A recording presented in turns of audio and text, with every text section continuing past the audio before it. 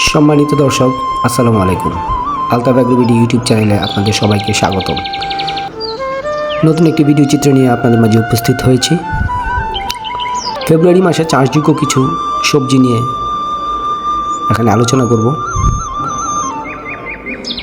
এখানে প্রথমে যে সবজিটি নিয়ে আলোচনা করব সেটা হচ্ছে ঝিঙে। ঝিঙে একটি হালকা সবজি হিসেবে পরিচিত, যা সহজপাচ্য এবং স্বাস্থ্যের জন্য উপকারী। এটি ভাজি, ঝোল ও অন্যান্য রান্নায় ব্যবহার করা হয়। ঝিঙে চাষের জন্য উর্বর বেলে দোআঁশ মাটি উত্তম। সাধারণত ফেব্রুয়ারি, এপ্রিল ও জুন, জুলাই মাসে বীজ বপন করা যায়। এটি সাধারণত মাচায় চাষ করা হয়। সার হিসেবে জৈব সার, ইউরিয়া, টিএসপি, এমপিউ প্রয়োজন। পরিচর্যা: নিয়মিত পানি দেওয়া এবং পোকামাকড় দমন করা জরুরি। আর 2.5 থেকে 3 মাসের মধ্যে ফল সংগ্রহ করা যায়।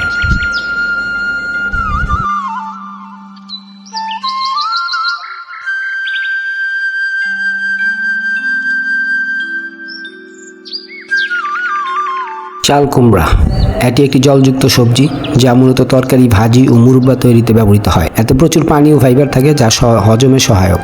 এটি দোআঁশ ও বেলে দোআঁশ মাটিতে চাষাবাদ হয়ে থাকে। সাধারণত শীতের শেষে ফেব্রুয়ারি, মার্চ বা বর্ষার শুরুতে জুন, জুলাইয়ে চাষ করা হয়, বীজ বপন করা হয়ে থাকে। আর মাচা এবং জমিতে সরাসরি বীজ বপন করা যায়। সার হিসেবে জৈব সার, ইউরিয়া, টিএসপি ও এমওপি প্রয়োগ করা যেতে পারে।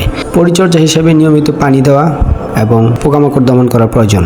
ফল সাধারণত 4-5 মাসের মধ্যে সংগ্রহ করা যায়। বেগুন একটি জনপ্রিয় সবজি, যা ভর্তা, ভাজি, তরকারি ও ভাজা ইত্যাদিতে ব্যবহৃত হয়। এটি অ্যান্টি অক্সিডেন্ট ও আয়রন থাকে, যা স্বাস্থ্যের জন্য উপকারী। এটি চাষের জন্য উর্বর দোআঁশ বা বেলে দোআঁশ মাটি ভালো। বছরের প্রায় সব সময় চাষ করা যায়। নার্সারিতে চারা তৈরি করে পরে মূল জমিতে রোপণ করা হয়। সার হিসেবে গোবর, ইউরিয়া, টিএসপি প্রভৃতি ব্যবহার করা হয়। নিয়মিত পানি দেওয়া লাগে, আগাছা পরিষ্কার করতে হয়, পোকামাকড় দমন করতে হয়। 3 থেকে 4 মাসের মধ্যে ফল পাওয়া যায়।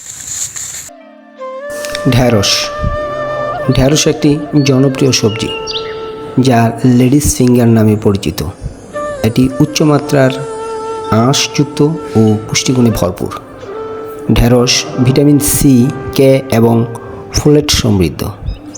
এতে অ্যান্টিঅক্সিডেন্ট থাকে, যা রোগ প্রতিরোধ ক্ষমতা বাড়ায় এবং হজমে সহায়তা করে।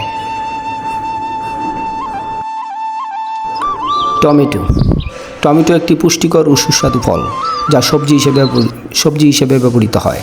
এতে প্রচুর পরিমাণে লাইকোপিন, ভিটামিন এ, সি এবং পটাশিয়াম থাকে। এটি হৃদরোগের ঝুঁকি কমাতে, ত্বকের স্বাস্থ্য ভালো রাখতে এবং হজমে সহায়তা করে। করলা একটি তেঁতু জাতের সবজি, যা রক্তে শর্করার মাত্রা নিয়ন্ত্রণে সাহায্য করে। এটি ডায়াবেটিস রোগীদের জন্য উপকারী এবং ভাজি ও ভর্তা হিসেবে খাওয়া যায়। সাধারণত বেলে দোআঁশ বা দোআঁশ মাটিতে এটি ভালো জন্মে। মার্চ, এপ্রিল ও জুন, জুলাই মাসে বীজ বপন করা হয়। মাচা বা জমিতে সরাসরি বীজ বপন করা যায়। গোবর, ইউরিয়া, টিএসপি ও এমপিও প্রয়োগ করা যায়। নিয়মিত সেচ দেওয়া ও কীটনাশক প্রয়োগ করতে হয়। 3 থেকে 4 মাসের মধ্যে ফল পাওয়া যায়।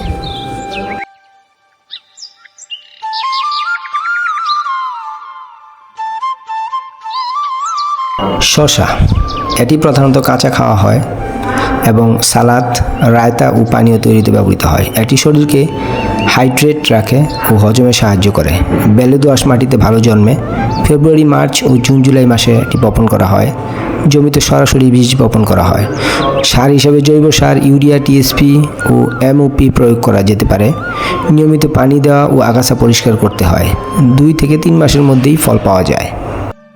কাঁচামরিচ ঝাল স্বাদের মশলা জাতীয় সবজি এটি, যা খাবারের স্বাদ বাড়ায় এবং হজমে সহায়ক। উর্বর বেলে দোআঁশ মাটি এটি চাষের জন্য উত্তম। বছরের বিভিন্ন সময় এটি চাষ করা হয়। নার্সারিতে চারা তৈরি করে পরে জমিতে রোপণ করা হয়। জৈব সার, ইউরিয়া, টিএসপি প্রয়োগ করতে হয়। নিয়মিত পানি দেওয়া, আগাছা পরিষ্কার, পোকা দমন করতে হয়।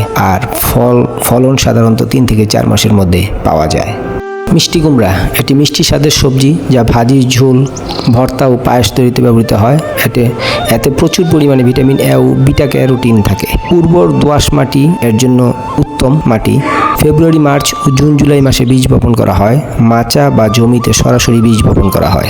জৈব সার, ইউরিয়া, টিএসপি ও এমওপি প্রয়োগ করা যেতে পারে। নিয়মিত আগাছা পরিষ্কার ও পোকামাকড় দমন করা খুবই প্রয়োজন। 4 থেকে 5 মাসের মধ্যে ফল সংগ্রহ করা যায়।